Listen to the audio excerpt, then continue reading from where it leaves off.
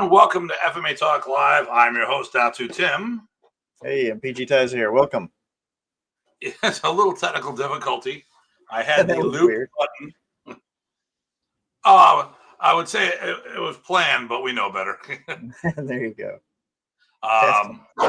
Yeah, I've been having little issues with the software. The loop button was checked. So, So I hope everyone's doing well. I got the knucklehead in the background yelling at me. Hold on one moment. So, I'll be right back. All right. Yeah, welcome everyone. So remember, we can't necessarily know exactly where you're from. So definitely when you chime in, just say your name, where you're from. That way we can get to you, and we're glad you're here for sure. You probably, those of you that saw the announcement, it's going to be, we're going to be talking about Arnis and ranks and that kind of stuff. But really, we'll see where it goes. It's going to be short though, hopefully. Probably in less than 9:30 our time, so an hour from now we should be done. So get anything in that you want to say or ask, and we'll be sure to cover it. Let's see. I see Eric's online. Welcome. I saw you before we got through the technical difficulties, so it's good to see you on there, Eric. You're back. Yeah.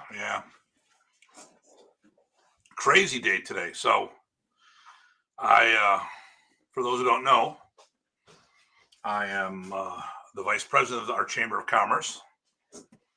So we had a groundbreaking today, and then I was networking with some people, and then I had PT in the morning, went home, showered, just got to the groundbreaking, and of course, the way we wanted to go wasn't the way we could get in. It was an industrial park. We got there though, and then I went and did an errand, and then I got my hair cut, and then I went to the school to grab some stuff and winterizing the house, there we go. And then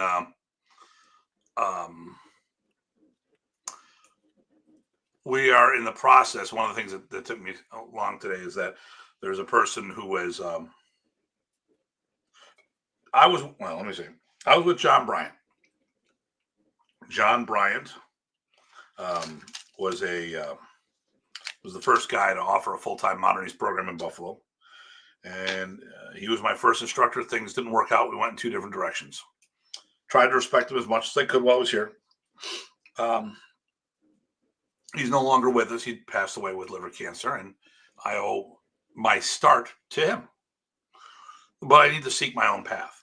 And then a guy named Bill Adams gave me the keys of his dojo and said, work around the hours and, do your thing. I'm like, okay. So one of his students moved to a different area, started training with another group. He's going through the same kind of thing. And so I've given him a home.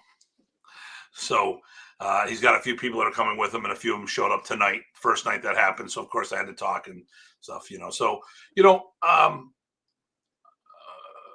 whether people acknowledge it or not, I've helped a lot of people in the martial art community, because I know what it's like to need help, and people have helped me. So I try to pay it forward.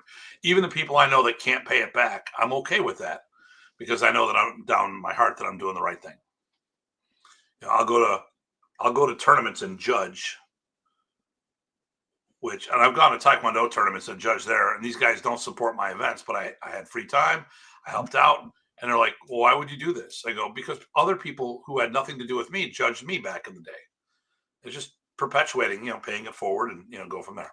All right. So, Tim, you were trying to say that you were another knucklehead besides you and PG Tie. Matt Jones, knucklehead. Okay. Fourth. Okay. So, yeah. So it's been a crazy couple of days. We did this community event this weekend, a health and wellness expo, which I helped put together. Okay. Someone brought the idea to me. I brought it to our Chamber of Commerce. They decided to do it. It was a great first step. There's room for improvement. bumped into one of my old students, which was taking the time off for sports, and now is not only back in the school, but now has joined the teen program.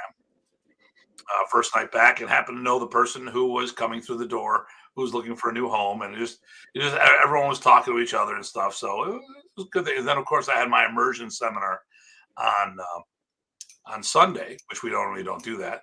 Had a record amount of people participating. So we were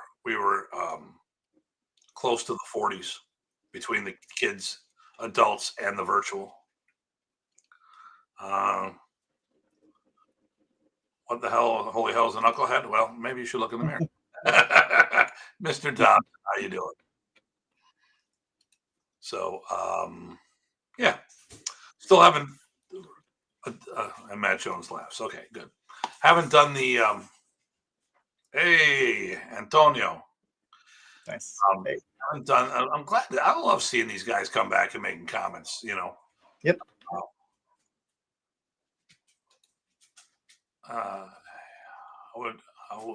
Okay. And, the seminar. Yep. Oh, and I got to meet Eric's wife virtually.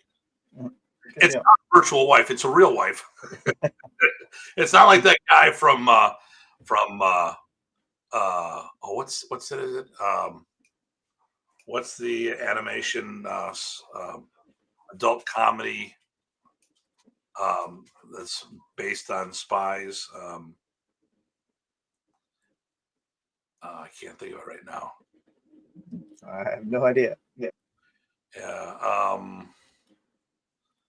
It's a spy movie, a spy animation.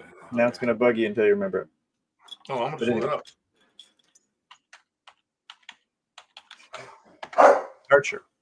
Archer, that's it. Archer. So it's not an Archer. Archer, yep. That was a good thanks to Cloudy. Yeah. So, so hello, Datu, and thank you so much. Hello. Hey, for all those in the Philippines, Ty and myself and PG Craig and others will be visiting in February. So we would love to meet our the people who, I don't want to say fans, I want to see our family, our online family. I don't consider you fans, Oh, Jackie, there's Jackie. Hey, how you doing, Jackie? Hey, Jackie. We were just talking about you recently. Nothing good. No. If she responds, we'll see if she gets the message. But I know they've been having some problems with this. So, I'm going to do this. Hey, do you have any events coming up before the end of the year? Just up there in Buffalo. I'll be up at that one. Hey, Master Rich. Yeah.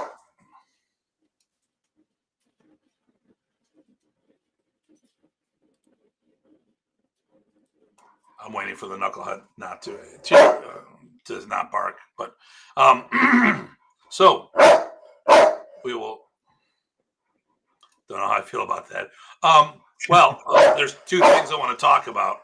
Actually, could you talk about the last show while I deal with the knucklehead? The last show of the season about. Yeah. Jack, you might want to be part of that. Yeah, maybe. Yeah. So last show of the season, if I remember correctly, the idea would be to talk about, how is everything in terms of Modern Arnis? What was good in the past, what's good now, what's going to be good in the future, what kinds of things are working, what kinds of things we can all do, those kinds of things. And I think we're trying to cover that whole space. Partly looking forward, partly recognizing that there's some work to be done, partly just exploring what are some options and think about ideas, while still talking about what we've all been trying to do, how that's working, which parts could be better, which parts are working fine, etc. So that kind of stuff, concentrating on the getting the word out there piece, or making Modern Arnis stick, making a difference for the whole overall picture. So that's sort of what that is. And Eric, let's see. So PG Craig's there. I can't pull it up, but anyway, welcome PG Craig. I guess so. Vermeil, you say we'll hope we visit Iloilo City. I'm not sure if we're getting there, but that would be fun. And then Eric says, looking forward to the last show. Good deal. Oh, you're muted. And that's the last show of the season. So, real quick, just to follow up, we're putting a panel together to do this. Yep. The problem is a lot of the panel members are usually just going to our events. Not that they haven't tried to go to some of the other events, but some events people weren't necessarily made to be felt welcome. Jackie, were you? I'm pretty sure I know the answer to this, but I'm not going to assume. Jackie, you attended Remy Presas seminars, correct? Or incorrect? Yes, we do need to spend a lot more time working on the future. I am very tough on our community. I'm very outspoken because I traveled more than any of Remy's students with him. And I remember the numbers. I was talking to Peter Mitchell, not to be confused with Paul Mitchell, because, you know, if it was Paul, I'd get some hair product. Actually, I do get product from Paul Mitchell's company. And we were talking about, you know, he had no clue the quantity of seminars that Remy did, nor the support. And he goes, well, that's the thing that Bobby's done, because, you know, Bobby does these multi-day events and he's really developed community where Remy hasn't. I'm like, no. He also did, and I told him, I go, he did like 6, 7 4-day camps a year. You know, the problem was the states were so huge that a lot of people, there was enough camps around where people didn't travel. Like Bobby's people, they traveled to all the events. So I'll see Soriano at a bunch of places, or I'll see June at a bunch of places, or, you know, the Florida group, they'll be at a bunch of places, and they'll, you know, if there's a camp, if there's 4 camps, they try to go to all 4 camps. Remy had a core group that did that, but that was not the masses. And I mean, these camps were 100 people, 80 to 100 people, and maybe only 15 of the people actually try to go to more than one camp. Definitely. You know, oh no, never had the pass. Okay. This GGM has to by 6 months too. That sucks.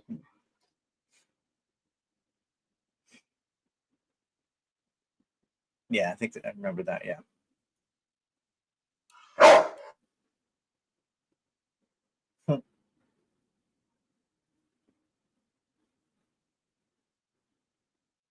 So, Jackie, if you're available, because I do know that you've attended events that we haven't, and that's the key.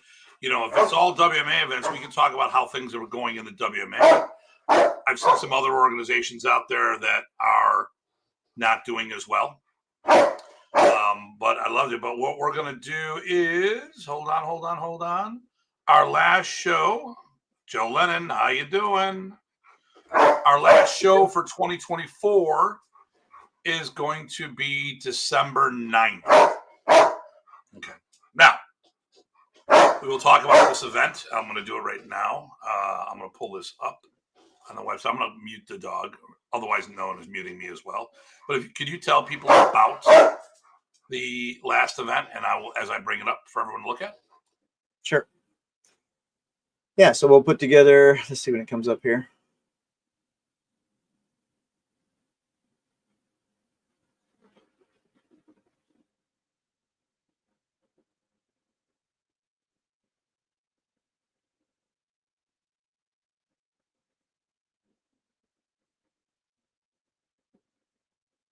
Maybe more technical gifts, I'm not sure. But yeah, so some of you are already on and heard some of my focus of the discussion, but the key is that there's a panel of people that have seen a lot of different things in, you know, that are still around active as far as what we're doing now, and trying to get to, you know, a range of people to talk about the future of Modern Arnis and what we can do and what has been done and what's working, that kind of good stuff.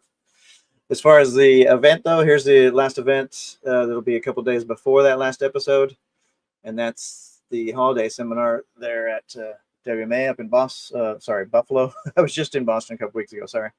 Up in Buffalo. And so it'll be me, PG Craig, and of course Datu doing that from noon till 3 Eastern time.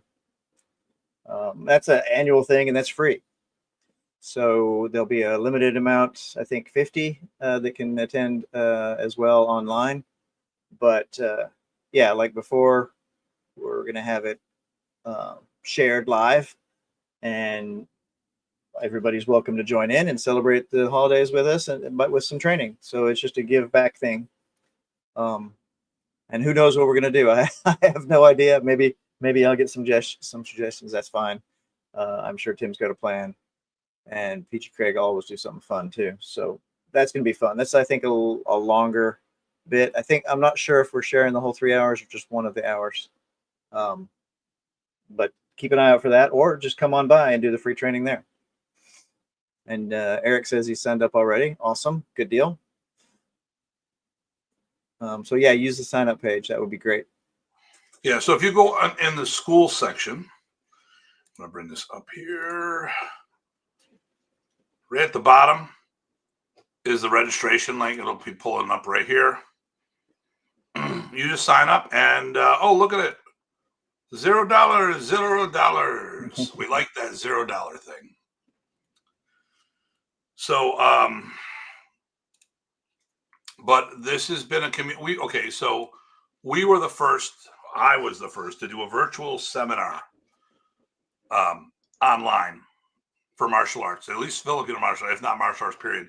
We did this. We did on Facebook Live. We did this prior to COVID. So before everyone went Zoom and all this other stuff, before the need was there, we were already setting the trend when it comes to stuff of this nature. You know, we don't follow, we set. So, you know, we just like that tradition, and people have asked, well, it's evolved. So we have, besides my local students, there are spots for 50 people to attend in person, and we've got 100 people spots to attend online. Last year we had people as far as Dubai participate in the seminar. Now it is noon, 12 p.m. Eastern Savings Time. There will not be a recording of this. You'll have to watch it live. And currently, I'm just going to pull up my check-in page right now.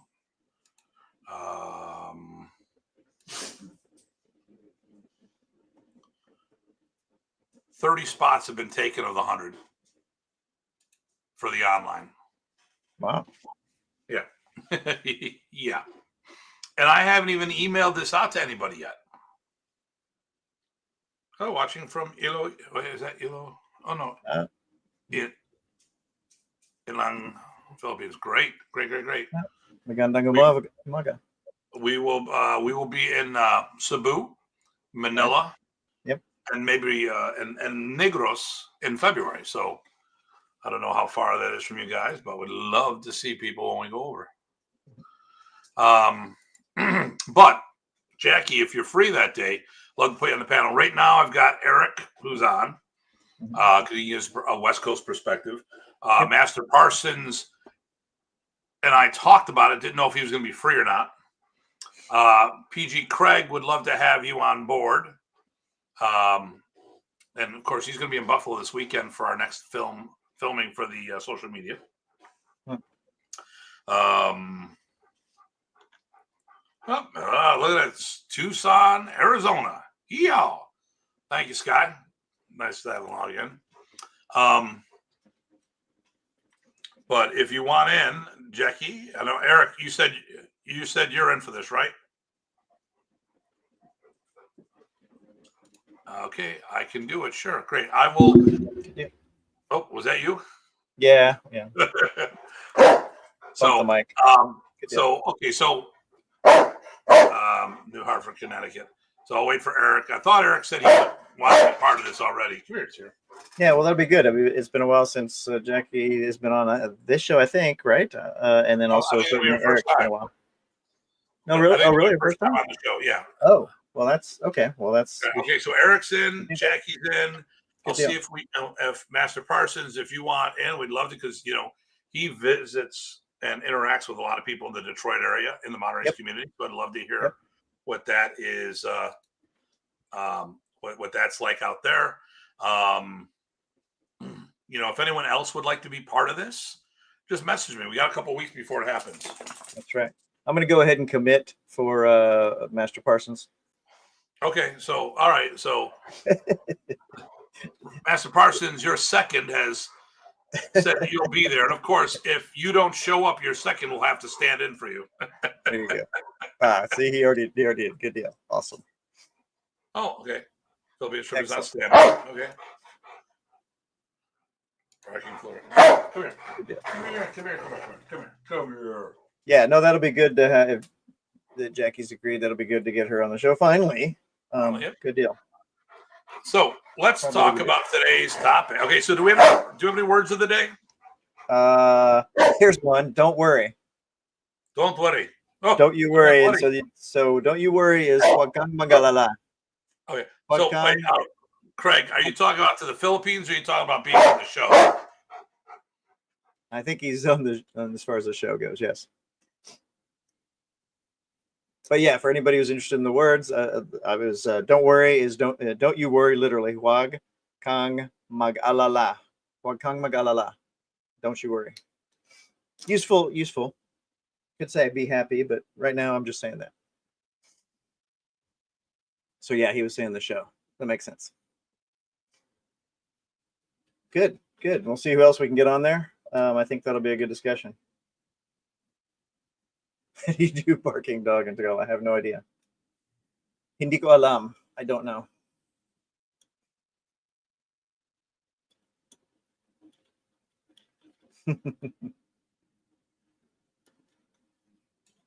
Okay, so come here, dear. Come here. The problem is Brenna's under. Oh, come here. She's not gonna do anything to you. Come here. That's gonna be like that.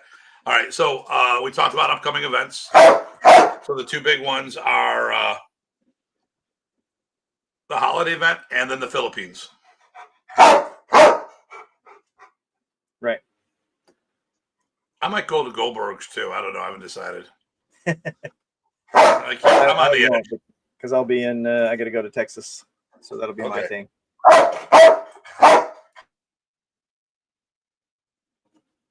Can't do too many of all of those things. But yeah, we used to go to the Goldberg's Action Martial Arts every year there as a trade show more than anything else, but a martial arts trade show, and you get to see all sorts of nifty folks and booths and stars and whatnot, and banquets and stuff. And yeah, it's a hall of honors and things like that. But the main thing is it's a great networking trade show. So it's been a while since we've been to that because you can only do so many of those. We might make it back again, but I guess maybe he's going to go this next January. I don't think I'm going, but they're fun. Let's see. Duct tape on his muzzle. No. We don't torture the poor dogs. Plus, these are big. I don't think that anybody has enough duct tape for that. That was Matt. Let's see. And Eric says, greetings, PG Craig. And there we go. I think we're caught up. I can't wait till I get my studio downstairs. Although we are working on remodeling this room to make it even cooler for the show. So who knows? I gotta put the light back in. I actually gotta clean the whole desk off, which no one can see. There's a problem here. We're gonna keep it that way.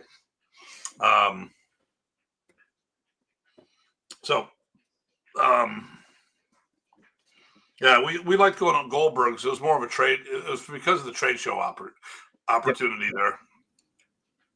We would do the banquet and get the hall, and we get an award. I mean, whatever, I've got this Grandmaster of the Year award so many times. But I would set a booth up, and I'd also teach and get an opportunity to spread the art, which was the most important thing. Yep. So it's the end justifies the means. There you go. So all right. So what I want to do is get into what we are planning on talking about today, which is dun, dun, dun, the belting system. Now, we did this in season 1. It's been a while. It's been a while, and this is going to be a better one because we also have much more viewership than we've had in the past. That's true.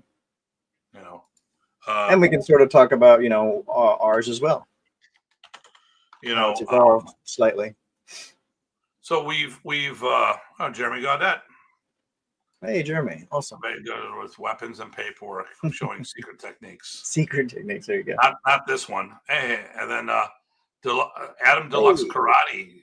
Hey, Adam. So, yeah. So we haven't done this one in a while. The viewership, I mean, like our shows are, I think the lowest show we've had is 1,500 views on Facebook. This year? Yeah. Yeah. Okay. I mean, it's just blown up. So one is just shy of 4,000 or 5,000 views. Now, it doesn't show well on YouTube, but you know what? If people on Facebook are watching it, so be it. I've actually dialed it back from all the other places we were putting it on. I'm only having it on one or a YouTube channel and stuff of that nature. So, but what I want to talk about is the belt system. Now there's I've got aids. I've updated these charts. Yeah. Okay. You got visual aids. Good deal. Oh yeah. If the technology works. Yes. Howdy. And it's more than CNN. Okay. So there was some misunderstandings and stuff of that nature. So what I'm going to do is I'm going to do the presentation here.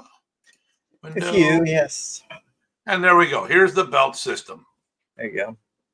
Now, actually, let me go back and adjust that. Let me get the picture. Does that work out well? Okay, good. Okay, here we go. Yep. So,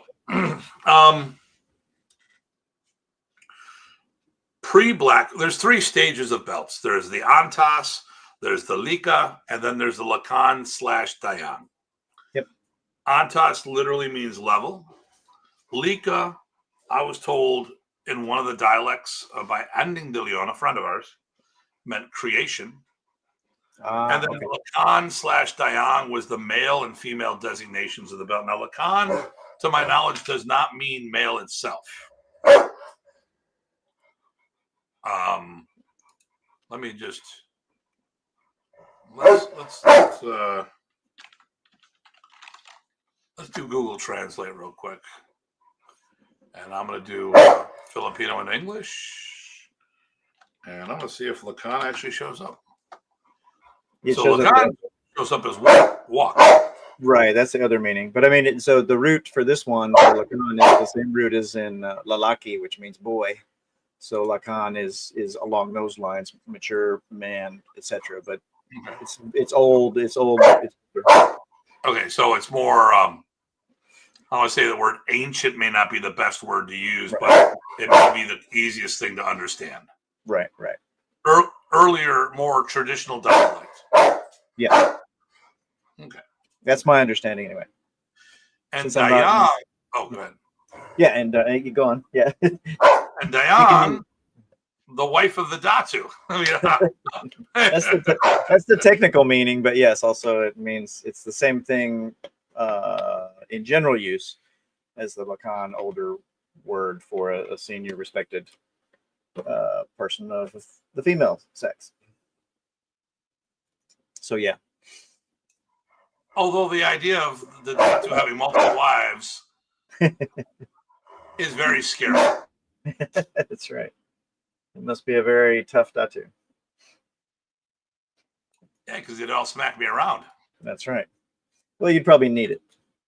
And listen, I wear the pants of my family when they allow me to wear the pants of my family. There you go. So yeah, and if you can't see, by the way, the one next to the black there, that's brown. It's hard for me to see the color, so I figured it might be hard for others.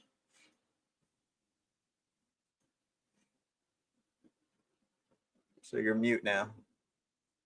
Okay. So the Antas levels there. Those are the ones that I came up with, and that was the ones that we were given. You can see white, yellow, 2 blues, 2 greens. So there was 6 levels, including white belt. Right. Then we had 4 brown belts, which was a typo, and then we had 11 black belts, which was a typo. Right. So what happened is the person who translated this, he looked at the levels, Antas 1 through 6. Okay. And then Lika, the title, 1 through 4, but thought the title was a belt level itself. Right. Which is why it says Lika 0 through 3, because there was a plain brown belt. Then there was 1st, 2nd, and 3rd degree. Is the cursor where it's supposed to be right now? Yeah, it's just really hard to see, but if people are in big screen, it should be fine. I got a little tiny window. All right. And then so there was a plain brown, then the 3 degrees on top of that. And I did a lunch at MSU with Remy and Terry Warham, who's the person he was the camp host. Ran the longest running Modern Arnis camp while Remy was alive. Ran the best Modern Arnis camp. And the MSU, Michigan State University camp, was the most advanced. And I went to all of them. And of course it was the most advanced too, because it was the oldest camp. And it had the most amount of returning people. So, he had like 90 people every year, but it seemed like at least half of them were in every other year. So he probably had close to 150 people that would attend that camp regularly. It's just that maybe, 80 of them or so, or 50 of them or so were on it every other year. There was 2 sets of bi-yearly, and they were on the odd. Two were on the even years, and the other 2 were on the odd years. But it was the most advanced camp. We're sitting there talking, and then Remy goes, "Oh, or Terry says, yeah, I made a mistake there." But Remy's like, "Yeah, just keep it there. It keeps it simple, just less work, So you would get a Lika, and then Lika Isa, Dilo, and Tatlo. And then we went to the black belts, Lakan or Dayang.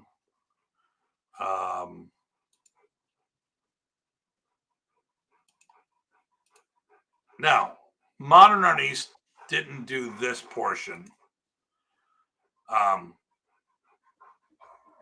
It didn't do the markings on the belt. That's something that we do in the World Modern Arnis Alliance. But just so we're on the same page, we had an 11 belt system for black belt. So you would have had the plain black with no stripe. You would just be a Lakan or Dayang, which this chart does not show.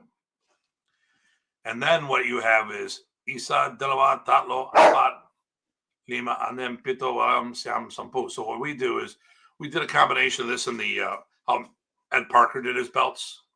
So we do on one end we have the Babayan, and the other end we have our marks. So 1st degree, 2 marks, 2nd degree, 3, 3rd, 4, 4. When we get to 5, we put a bar up because counting stripes is a real pain in the butt. It makes it easier. Otherwise, your eyes start playing tricks on you. I remember I was seeing Ron Van Browning's belt, and I was like, I can't see. So 6 is like an upside down exclamation point. Right. 7 ends up like a semicolon almost. 8, 9, and then the 2 would be 10.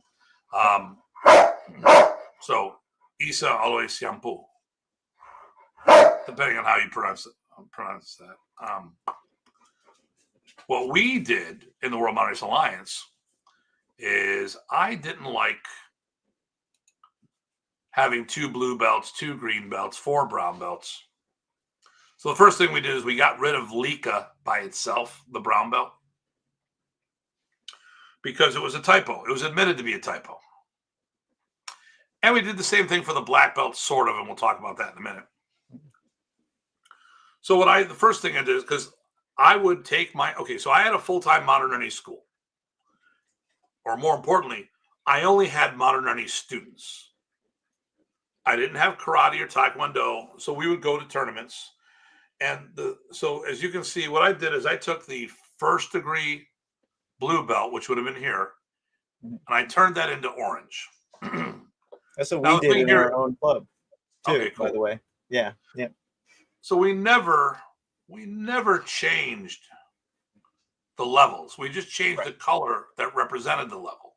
Yep. Because I would have a first degree blue belt in a beginner's division, and people saying, and like in Taekwondo, that's a higher, actually in karate and in Taekwondo, that's a higher belt, a much higher belt.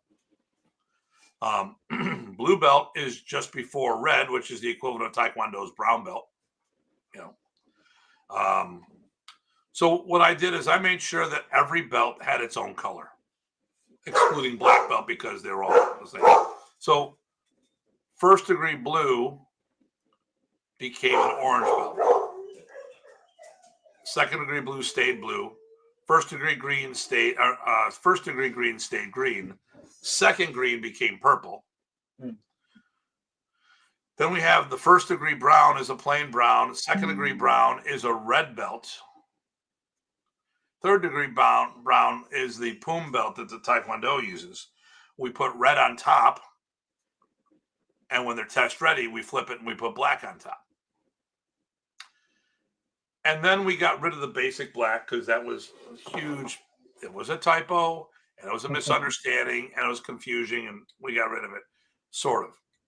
So what we do is for our virtual program, because we do people who will test with us virtually, they could get a basic black belt, not a degree, but a basic black belt, doing their virtual classes and testing with us.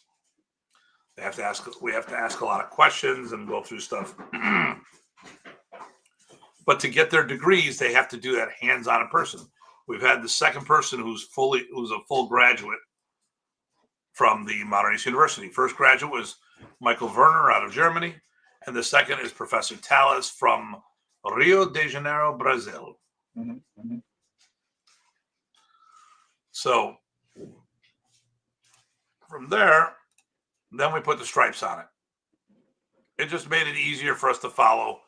So if a person was a plain black belt, they wouldn't get a stripe whatsoever.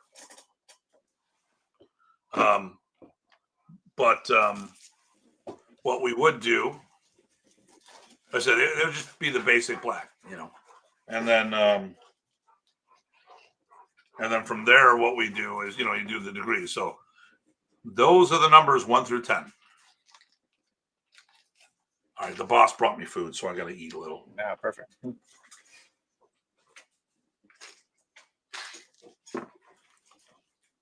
So are you going to talk about the the differing views on I'll let you talk about that.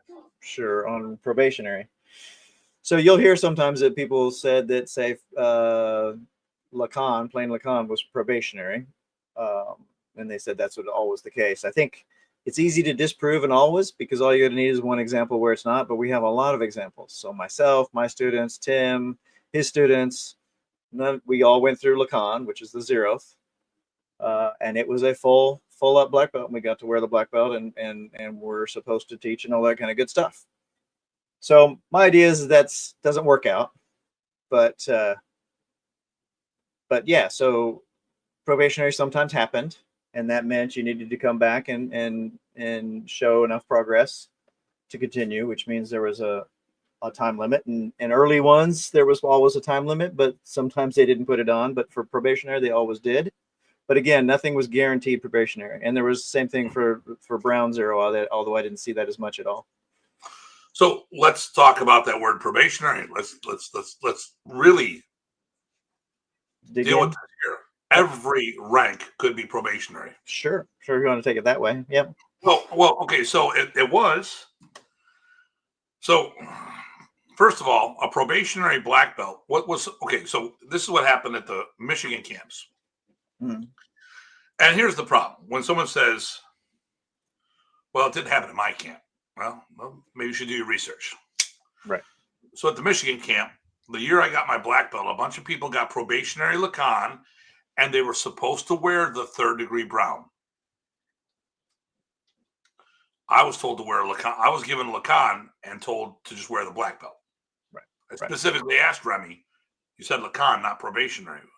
What belt do I wear? You wear the black. Okay, thank you. Right. So, but my third degree, which is actually 4, because, in modern, if you had a modern while Remy was alive, whatever your degree was, +1. Right. You're talking about levels of black. Yeah. Yep. Because the Lacans and Diongs, the basic black belt, wore the same belt as Remy Presas. Yep. If that was not a probationary belt, or if it was a probationary belt, why would we all be wearing the same belt? Right. Yep. What I've talked about is if people are coming from a different organization and they're joining up with us, I would let them wear a basic black belt, and not a modern East black belt, a basic black belt, a plain black belt. And once they get to our standards, I would then have them wear the appropriate rank. Mm-hmm. We all have different standards, and you know what? And I wouldn't feel anything. If someone did it to my students because they switched organizations, I wouldn't have a problem with that, because it's not about the quality of the belt, although it is partially, but it's knowing their curriculum. Right. I met Ernesto in '99. He promoted me, not acknowledged me, but promoted me to a 9th degree black belt and grandmaster in his system in 2007, 8 years later. He could have easily just done boop. He didn't give me any rank prior to that. I didn't ask for it. I didn't ask someone to sponsor me. It's something that he felt that had to be done. 8 years after meeting him. So,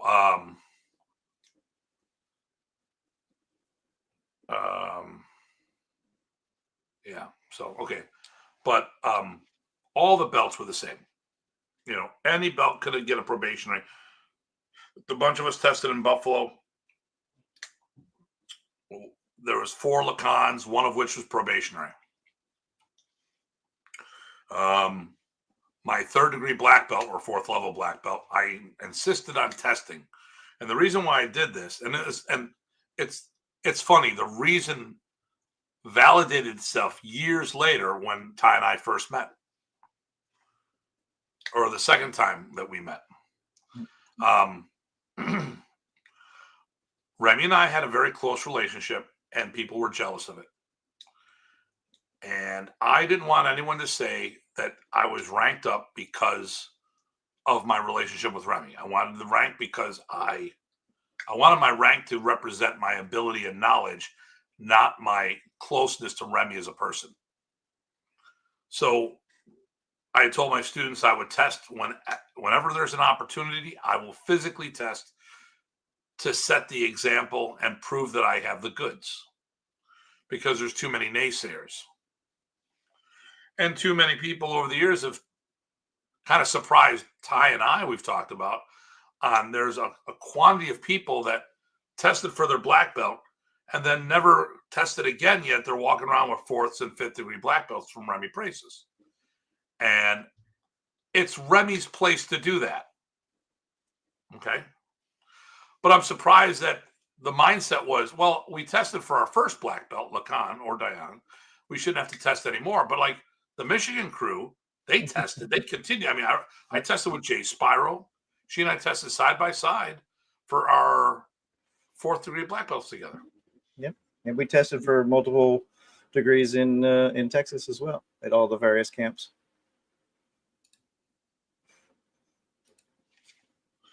Yeah. So Remy offered to promote me in Buffalo, and I'm like, no, I need to test. No, I will promote you. Well, he promoted some other guys in Buffalo too, and listen, I was the top guy in Buffalo. End of story. At that time, I was outperforming everybody, but it makes sense because I was the only one that was doing the art full time. you know. And for the years I was doing it, if I wasn't that person, then something was wrong. Hey there, Sam. And what match on is actually called Siam Thai. No, that Siam is just 9. Sham, it's pronounced Sham. It's only 9. It's just the degree, right? So the title for me is technically it's Matandang Punong Guro. Uh-oh. What 5 about 5 degrees to Kevin Bacon?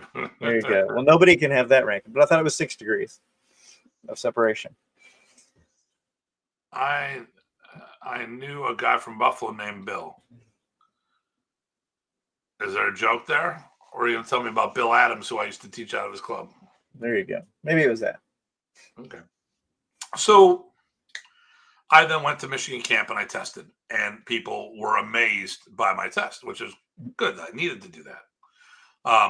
And then fast forward to the Detroit or the Texas camp, the 2000 camp. Mike Alfano, one of my guys, was testing for his black belt, for his ESA actually, and I told and he wasn't happy with who was going to be his partner, and I said, "Do you want me to be your partner?" We went back and forth. I'm like, "No, just you want me to be? Of course, I want you to be my partner." Okay, and go here, come with me. So we went over to talk to Professor, and then I go, "Professor, Mike's testing tomorrow." "Oh, that is wonderful." "Yeah. Do you think I should be his training partner?" "Oh, you should do that, Tim." "Okay, go tell the guy that Remy makes you test with me." Okay.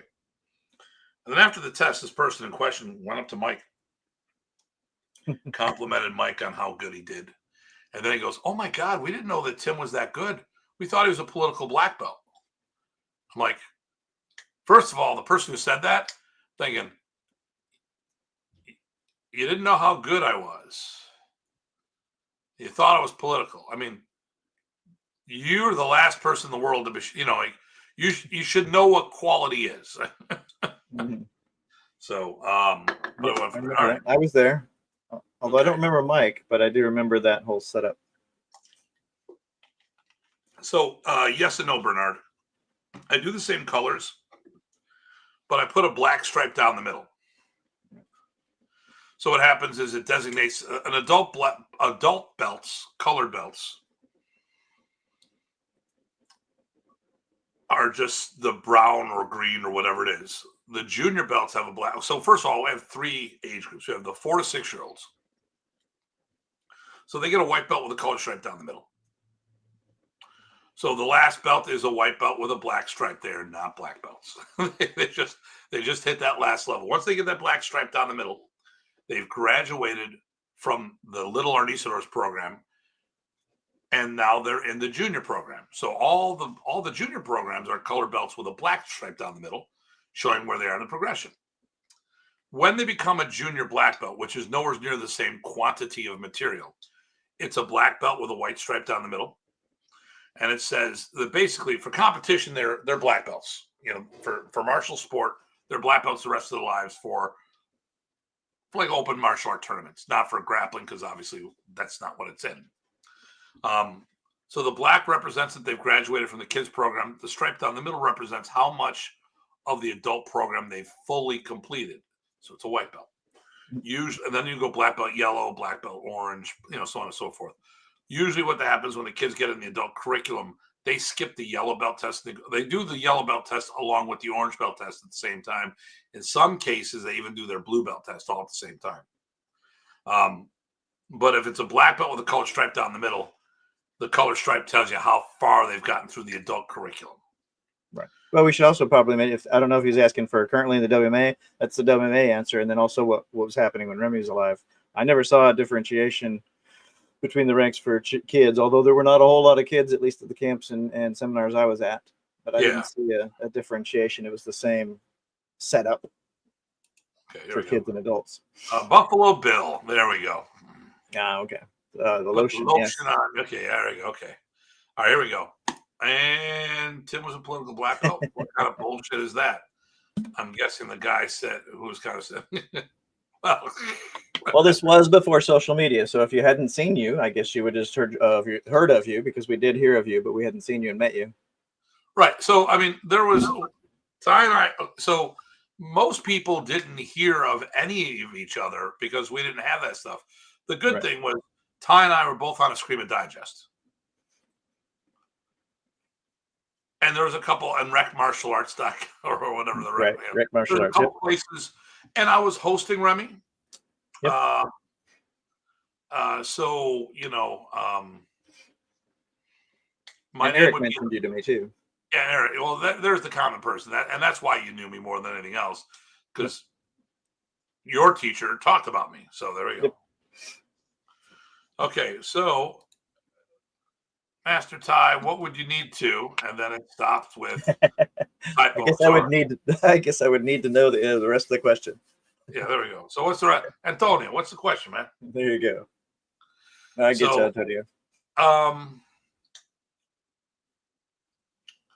So the kids, I do something different. Now, here's the thing. Back then, for the most part, we didn't differentiate curriculum between kids and adults. Right. So everyone was doing all the same stuff. I will say this: modern Arnis wasn't as big as it is now. Oh no, the depth of knowledge is different. And everyone talks about the future. The group before, oh, we had to do this, we had to do that. You go, right. Yeah, and now we're doing 5 more things. And then the year after, we're doing 5 more things. And 5 more things weren't 5 techniques. It was like families of things.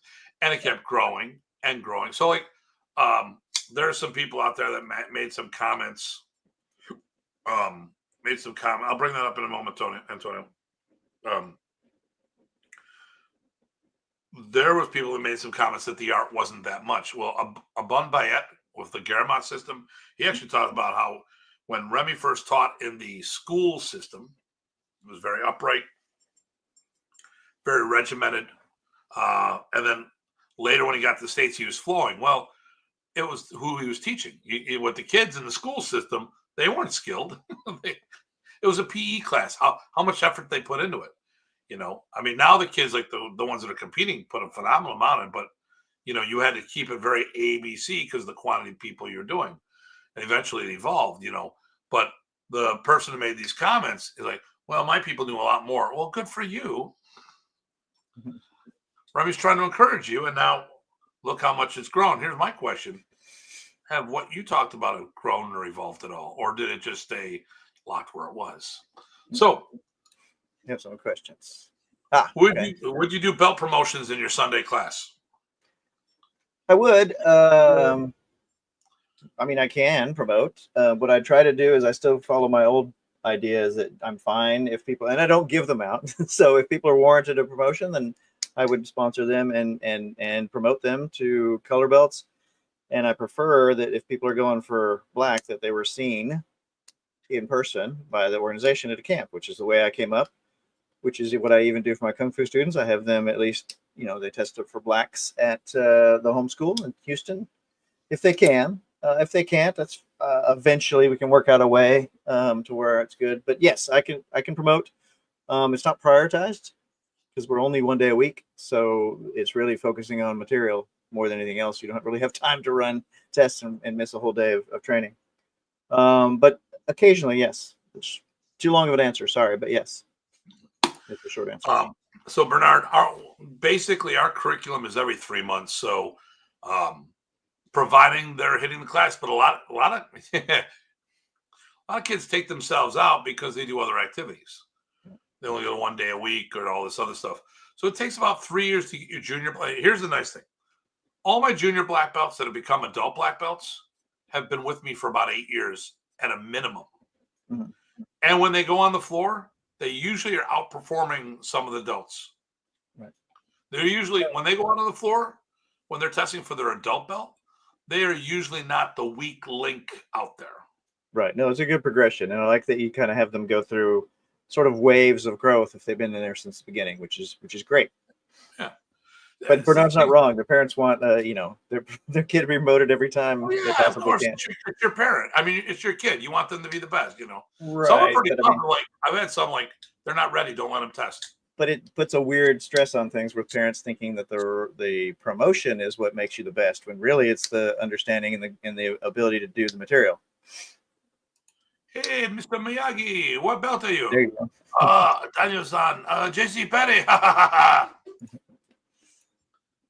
So, Let's see what else. Jackie, 3 times a There you year. go. Hey, I do that for my adults. Pretty much do it 3 times a year. The curriculum's just too heavy. The kids, it is geared to be done every 3 months. So we do 4 tests a year, and then after they get to their half and half belt, the Pum belt, then they go through a 4 to 6 month review program to review everything before their black belt test. Looks like it took years, but I adapted the same thing, and it seems to work really well. Okay. For kids and adults. Okay. It depends on it all. You know, it really depends on what your curriculum is. Yep. I have I mean, basically, when my kids come out of my program and they go into the adult track, the goal is for them to be at a blue to green belt level, and they are. But they're missing curriculum, and they got to go back to the beginning and fill that all in. I remember the first test we did. We're sitting there, I'm like, all right, what are the 4 abanicos? And all the kids in unison, there's like 6 of them, like, there are 4 abanicos? Nice. By the way, there it is. Corto, Largo, Herada, which is really a single stick redunda, but Remy put in the abanico. And then there's really only 3 abanicos.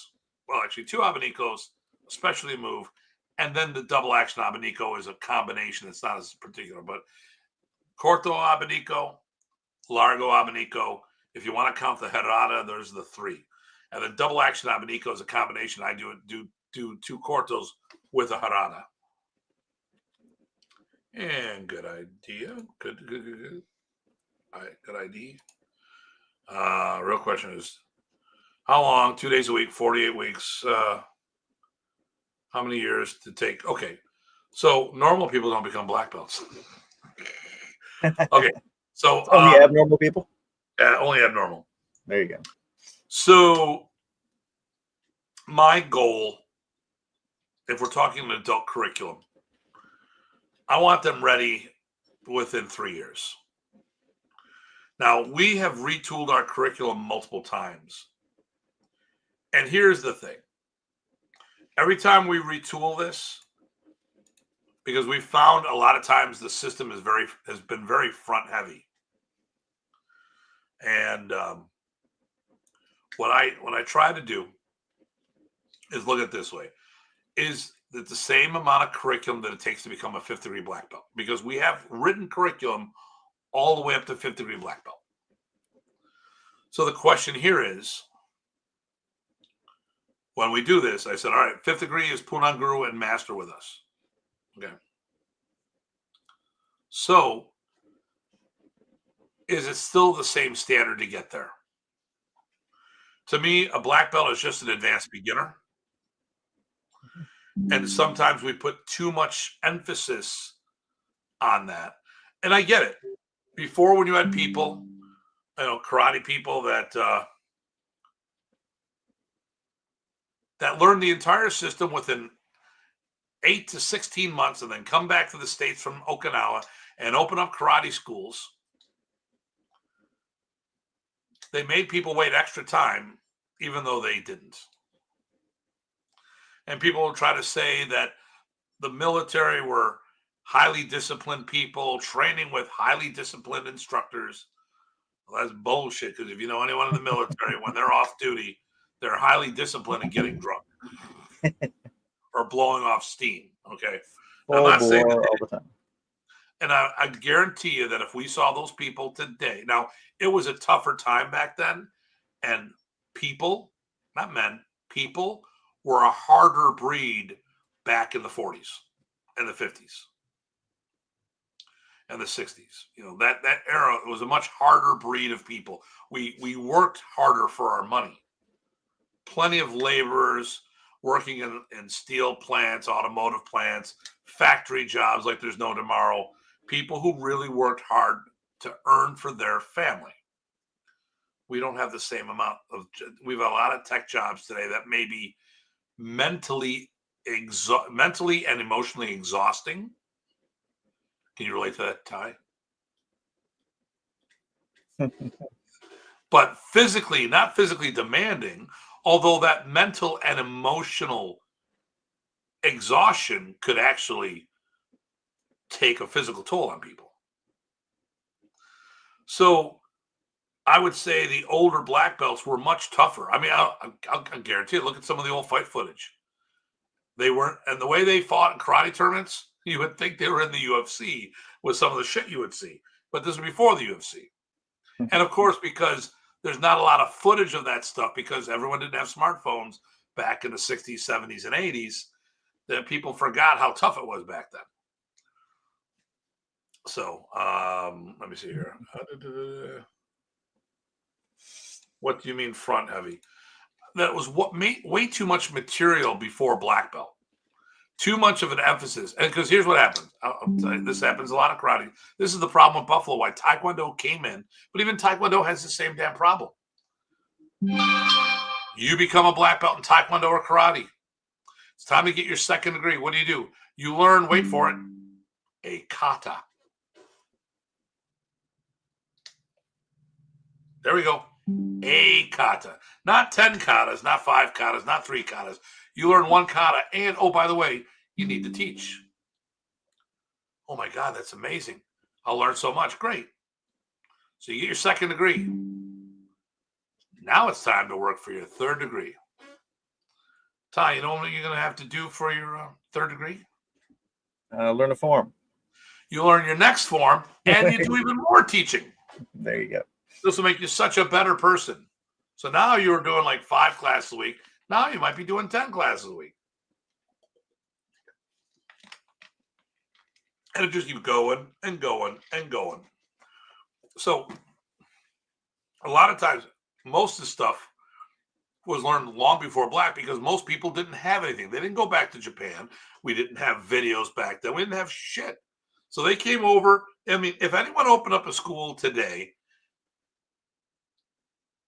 after 18 months of training, they'd either think you were a McDojo or an MMA school because evidently you don't need to know much to open up an MMA school. You just need to have a fight record. And I'm not busting on MMA, but I saw that happen in Buffalo where people would fight some MMA cards and then they opened up their own gym because MMA is not a martial art. It's a sport. It's the name that glommed on to the type of fighting that's done in the UFC, Pride, and those type of venues. But it's not an actual martial art. It's just the name of the sport. Okay, here we go. Okay, most people in Michigan come from an front heavy. Yep. Jackie, 100% agree with your point of view on black belts. Thank you, ma'am. Does that mean I have to take back a few things we talked about, Jackie, today? No, just teasing Jackie. Social media has helped the growth of martial arts over the last year or so. Yeah, it has. And by the way, if you haven't watched Cobra Kai, the orange uniform dudes, one of my black belts. Thank you very much. He was the last one to get kicked off the stage, unfortunately. Okay, I need to catch up. I haven't watched that yet. Okay. Here's the question. What if a black belt in modern arnis from a different instructor would like to get their second degree with the WMA? Simple, Eric. This theoretical person, Eric, would have to show they know all of our curriculum in the first degree and then start working on the second. Yeah, I mean, but it applies to anybody that's interested like that. Doesn't take much. Listen, here's what we have to make sure. Can you match our standards? Right. And they're not unreasonable. It's just that the material has to fit. And Eric, what I would tell people too is watch my videos if they're not already watching them, Eric. And there's the LOL. There you go. Okay. other side, Norris got his black belt in a year and a half in Korea. He said nothing else, and does nothing else in many places. He's just Norris.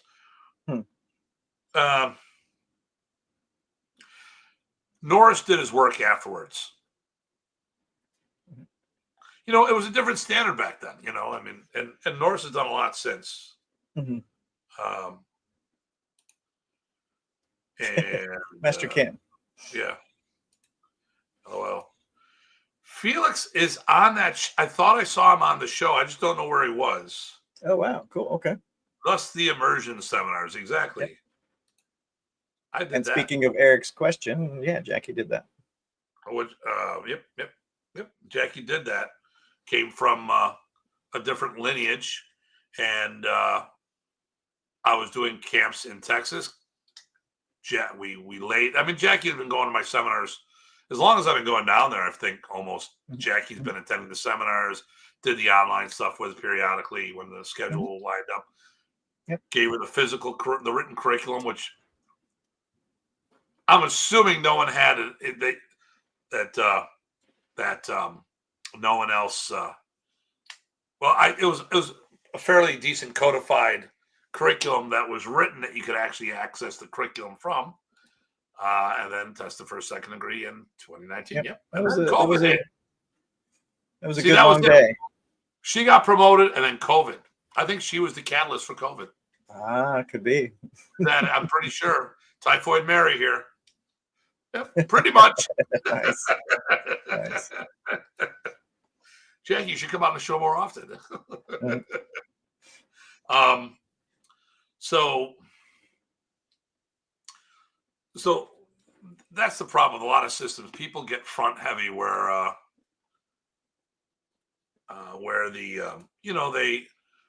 they put so much to become black belts. I mean, black belt's just a beginner belt. It's an advanced beginner. Mm-hmm. You got your ABCs. I certainly appreciate the written curriculum. Thank you. Not bad. The question really is, how much do you really need? So, I mean, okay, I just looked at the curriculum the other day, and I put something in the curriculum, and I'm looking at my school. I've got a dedicated school. If we can't do it well in my school, we probably shouldn't be doing it as an organization. I got people that are coming in more than anybody else, pulling more hours than anyone else that I know of. If it doesn't work well in my school, how's it going to work in the schools that are only doing it one day a week? I'm not talking Ty, because Ty does a couple hours a day, which eventually equates to the same as 2 days a week, which is what we base this on. But if you're doing Taekwondo, Kempo, or fill in the blanks as your primary, and you're only going to do 1 day of Arnis, how good and what's the priority of that training? Are you phoning it in because you're tired? It's cool, but you're not putting that same effort in because it's just more of an enrichment program for you? Or are you really seriously doing this? Oh, let's here we go. Outbreak monkeys. I don't no clue on that one. Patent one. Nice. There we go. I think there's so much good stuff. It's hard to put off till post black belt, or so it's been in my personal experience. You know, and okay, I resist the temptation, but I get why people end up front loading. It's hard. It is. So I mean, we did our jab catch jab from our Panatukan figure. All right, let's put more Panatukan in the curriculum, and I put all the stuff in there more or less. And the jab catch jab is a very advanced thing. I mean, like Sinwali boxing now is part of our post black belt development. And people say, why would you wait till then? Well, we were doing it for our test. I go, do you know that I was a second or third degree when Remy pulled this out? The question is, who did he teach that for? Did he develop it for his beginners, or was that a development for me? And I'm not saying just me, but when he released Sinwali boxing, was that to be a core curriculum thing to become a black belt, or was that curriculum for the black belts to become better black belts? And unfortunately, without a written curriculum, without him having an authorized written curriculum, it's hard to do that. My experience. I would also add the other thing too, right? So even if you do want to cover something and it's ahead of the curriculum, you certainly can still do that. But at least the curriculum guides the expectations and sets the standards that makes it doable and consistent. So you can experiment all you want along the way to deliver that curriculum. Our written curriculum is our Modern Arnis program specifically is lean. You could be a good black belt with our Modern Arnis curriculum. But the curriculum is not designed solely to become just a Modern Arnis black belt. It's geared in the way that you could do enrichment programs. So if you wanted to do a 6 or 8 week course on staff work, you could put that in there. If you want to do a 6 to 8 week course on double stick or knife or fill in the blank, even let's say you want to do Brazilian Jiu-Jitsu, throw that in there as an enrichment program. Just to, it has plenty of room to do that. When you go to a seminar, do you just go to the seminar, come back, or do you do some sightseeing while you're there? There would be the enrichment. And it's not about memorizing that enrichment material. It's just how much it made for a better experience overall. And who knows, those things that you did may click. I started doing longsword. Well, I did Bondo sword work, the Da with Dr. G. And the more I started playing with the longsword is the reason why I altered the way I do my forms in Modern East, because when you look at the stick forms, Remy, he did them and he never went back and worked them. He worked the material, but he didn't. The rest of the art evolved except for the forms.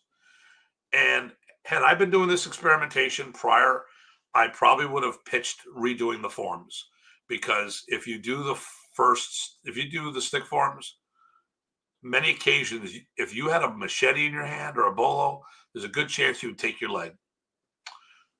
We changed the footwork to work within the rules of movement, clearing the path for the weapon to travel. When you do the follow through strikes in modern, that's exactly what you do. If it comes from your right foot's in front, left foot in front, and that clears that path for that weapon. It makes it as safe as possible. Accidents can still happen, but it's about optimizing stuff and minimizing risk. Okay, here we go. Boom. Master Ty, if someone comes to class, what do they need to bring?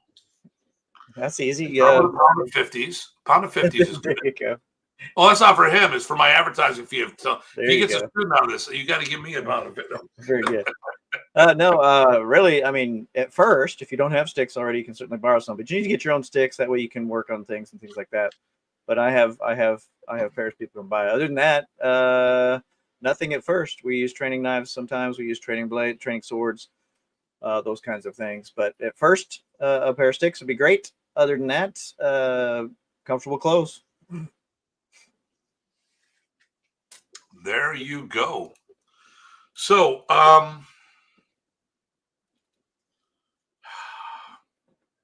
okay, here we go. You got this one. Here we go. Moving on. Okay. Immersion seminar with my students. Good. And excellent. Then I shave a kneecap in the least. Yes. So it is a balancing act. I mean, I wish I started with John Bryant. He had a written curriculum. I had copies of that written curriculum, and I started evolving my curriculum ever since then. It had plenty of room for me to add stuff to it. And that probably was the problem, that there was plenty of room. The thing was, did I need to add all this stuff? And I think back then I did. Now, like you said, I put the jab catch jab in recently. I took it out. Now it's post black belt development, because we have a program to develop Pontoon people to be a black belt in that by itself. So how much do we really need to put in the main program? All the pad drills are still there. I think doing the pad drills are fine, and doing them with the back fist destruction or off a shielding elbow and stuff like that, I think that's great. But to do jab catch jab properly, you really need to put a lot of time in. And when we're doing all the other material, it just might be too much of an overload. But I will say this: our people will punch and kick with the norms. I won't say with the best of them. They'll they'll be able to punch and kick with the norms. They're gonna have their wins. They're also gonna have their losses. You're gonna see people with some great guards. You got some people that could be better, but it's not gonna be like, don't you guys ever use a stick, or don't you guys ever throw a punch or kick? Yeah, we do. So Dr. G's always says, make a path for your weapon. And that's actually and that's where I got that phrase from. So, we talked about it, and he goes, Dr. G goes to me, hey, Tim, why do you do the footwork that you do? Well, it's about better torque and body mechanics, all this other stuff. I go, what? Do the same thing, but for some different reason. Well, sure, please. Sir, enlighten us. It's a safety cutter strike. Really? Well, how's that? I'm clearing the path for the weapon to travel. And when he told me that, boom, epiphany level. I mean, like, dude, that was the coolest thing I ever heard. See, I've been so blessed to train with so many of the elite in the martial art world. Remy Presas, his brothers, Ted Buat, Dr. G, our friends such as Bobby Tabuada, Nick Elazar, Reno, Michael Harone, Jason and I, and the list goes on. The list, the people that I've trained with, whether it be just for a seminar, and they said one little thing that I got to take home. See, here's the thing: is if you go to a seminar and you bring one piece back, you have that one piece back for the rest of your life. And this thing about clearing the path for the weapon was one of many, many, many small kernels that were asteroids of knowledge. Because I had Dr. G, and like I said, Bill Wallace, Joe Lewis. I can keep throwing names out of you because I didn't stay in my FMA track and just have the blinders on and not looking at everything else. I realize everything affects everything else. And sometimes it's not about the material, but the delivery system. And if I can adapt that delivery system for my material, it can make things so much better. Wait, did you say there's yes, Jeremy? Oh, I'm sorry, Jeremy. You didn't. Jeremy took a little hiatus, and Jeremy's back. WMA proud, baby. PG Craig will tell you all about that. I like that. Wait, did you say? I've been blessed to train with. Thank you. And Norm was okay, like Cliff on shit. Okay, all right. The norms. So, we're 18 minutes over. Yep. Because I had problems logging on and all this other stuff. I was actually logging on with my phone during the car getting here, but the dog being the knucklehead. Does anyone have any questions before we call it a show? And I'm going to talk about next week's potential show. So, actually, what I want to do is talk. For those who've been watching my social media, I've been saying a lot of stuff. I think we can do a social media show next week just to wrap things up. But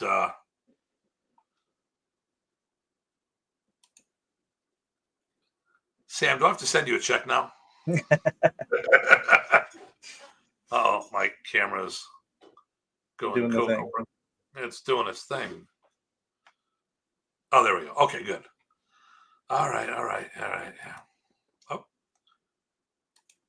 Well, thank you so much, Antonio.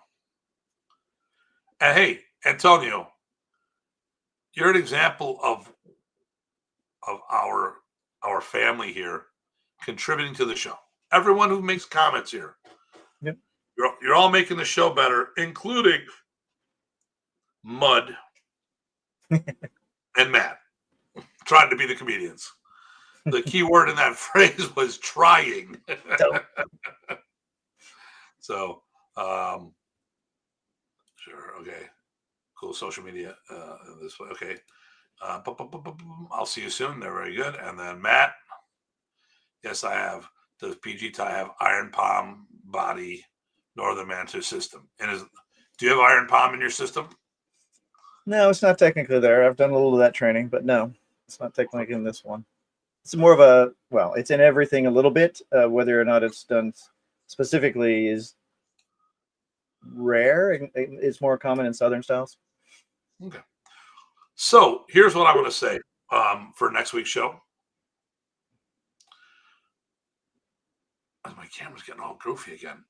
I have invited someone to be a part of the show. He said he wants to be part of the show. Good. We just haven't found out whether the schedule lines up yet. So I did a video why Filipino martial arts is better than Brazilian Jiu-Jitsu. To be honest with you, I didn't like, after a while, I don't get to see my videos until they're posted. Mm-hmm. I would have redone that one. Actually, I did redo it, and I'm waiting for it to drop. But the short story is this. If I had to choose between BJJ and Modern Arnis, I'd go Modern Arnis every time. But I don't have to make that choice. I get to do both. There you go. And we can get into what, that's really what I should have been saying. Well, that's also a question of why, right? It could just be, hey, I like this better. Yeah. And I can tell you why. It's simple, but that will go. So a friend of mine from Mississauga, Canada, Metro Toronto, GTA, the Greater Toronto area, made some comments about it and which shocked me because he's a Filipino who does Filipino martial arts, but he's also has one of the best MMA academies in Ontario. I like him, known him for years, good guy. So I responded to him. I'm like, well, one of the things he's like, I don't know how you train. I'm like, well, there's the first problem here. You should have asked me how I train these things. And trying to say, well, how do you do for random and all this other stuff? I go, well, we do what everyone else does. We spar. But I've asked him to be on the show. And if his schedule works out, Joey Reyes, otherwise known as Joey Combat on Facebook from Combat Arts in Mississauga, will be on next week's show. If he isn't on, then what we will do is we will talk about how to utilize social media, how it's helping me out, and how some tips in that. So that way we got a way to do it. So we can either talk about social media by itself or the social media stuff. But here's what we got to remember, everybody. I want to listen to this here. We all play characters. And when you're an instructor, you're playing a character. I mean, you're being yourself, but you're also being a leader. And sometimes you might be acting ways you normally wouldn't feel comfortable doing, and you have to. When I'm using social media, I'm doing whatever it takes to get the message out. I'm raising the tide for all of us, giving us more. I mean, I was talking to Brock yesterday. I don't know if anyone has a bigger social media presence on the internet than me right now for Filipino martial arts. For Filipino martial arts. Sure. I'm not talking about someone like Doug Marqueta, who's got a huge following because of the TV show Forge and Fire, which had a TV show behind him and all this other stuff. I'm talking who's promoting Filipino martial arts, doing Filipino martial arts in that vein. And right now, and when I went to the Worlds in Cebu, it was crazy the people that were lining up to meet me. You would have thought that they were there to meet me. It was getting to that level. Mm-hmm. Which just tells me that the social media team did a good job. And we can get our message out. Yep. There's a couple controversial posts, but if you listen to what I say, yeah, I bagged on the BJJ guys talking about them being cuddlers. Well, the fact of the matter is, they are. I know, because I'm one of them. Although some of the guys said, don't like cuddling with them, too sweaty. Way too sweaty. That's why I like gi, and I don't like no gi. So we'll have a couple things to talk about. We'll have some kind of social media thing. So specifically, it could be why I made the comments, why I think Modern Arnis is better than BJJ. But of course, it's going to be based on the use. Are you thinking about it as a competition, or are you thinking about everyday self-defense? And is your martial art weapon only, or is it have diversity with open hand combatives as well? These are all the different things that we'll be talking about if Joey makes it on. He will be on one of our shows. He says it was a good idea. I'm just trying to figure out when that'll be. Yeah, good. In the meantime, we got two topics for next week.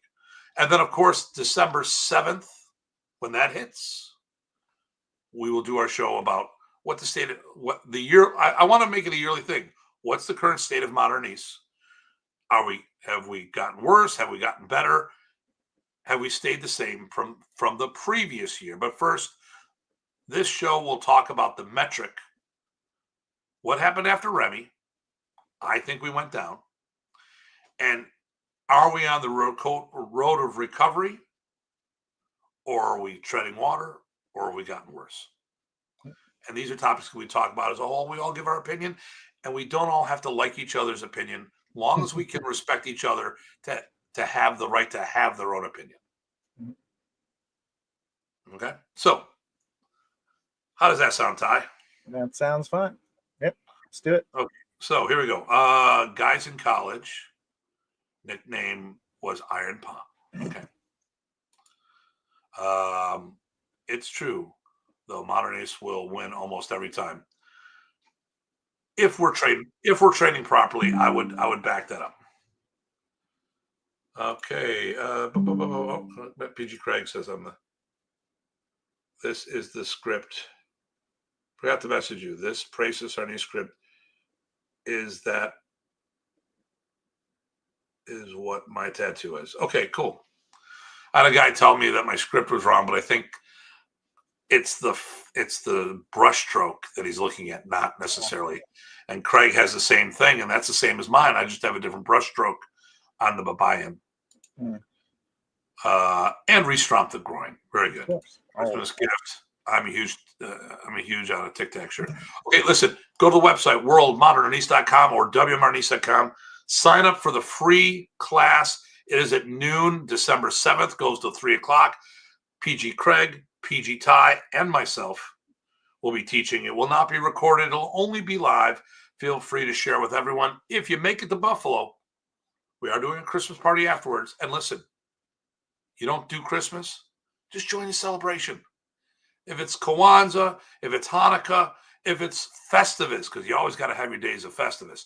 We don't care what it is. If it's just like, hey, let's just have a good time and be jolly. And listen, if I wish you a Merry Christmas, don't get twisted because you don't celebrate Christmas. Because if you wish me Happy Hanukkah, I will wish it to you right back. Because I appreciate the effort of trying to wish me good tidings. I had that recently. When I wished, hey, Happy Thanksgiving. I'm like, all right. Okay, so, hey, have a shitty day. Would you rather have me say that? Happy day. There you go. What is the spirit of what I'm saying? So if you're in Buffalo area, we've got 50 spots open. And then there's a physical party a couple hours later. We flip the room. We'll probably do more training anyways. Flip the room, pizza, wings, stuff like that. Well, people will be bringing food. If you want to contribute, you can throw some money in the kitty for ordering pizza and wings. If you've got a dietary need, there's shops around that you can get the food from yourself. There's not much we can do about that, you know. And here we go. Aloha, Glenn. And Buffalo is known for what kind of wings are those? Okay, so I'm gonna do my thing. Let me get to the spot. Right. I'm at the spot. Are you ready, sir? Oh, we're good. So, as always, it's actually, I gotta get rid of this. I'm gonna get away from this. I gotta get back to the comments. Get this down. As always, it's a pleasure for me to talk to everyone out there and to have my best wingman here. So I don't like wings. Well, that's why. Because you're my best wingman. Because that means there's So more. you get the wings for you. There you go. You see how it works. Yep. So listen, everyone. Thanks for tuning in. Make sure you like and follow if you haven't already. Share this whether you feel is appropriate. Feel free to give us other topics that you want us to talk about. Yep. And we only got a couple more shows left before our break. Today was the 23rd episode of season 4. Crazy. Half the year of episodes. And we still got a few more to do. So thank you so much. This is Datu Tim. PG Tizer. Thanks, everyone. See you all soon.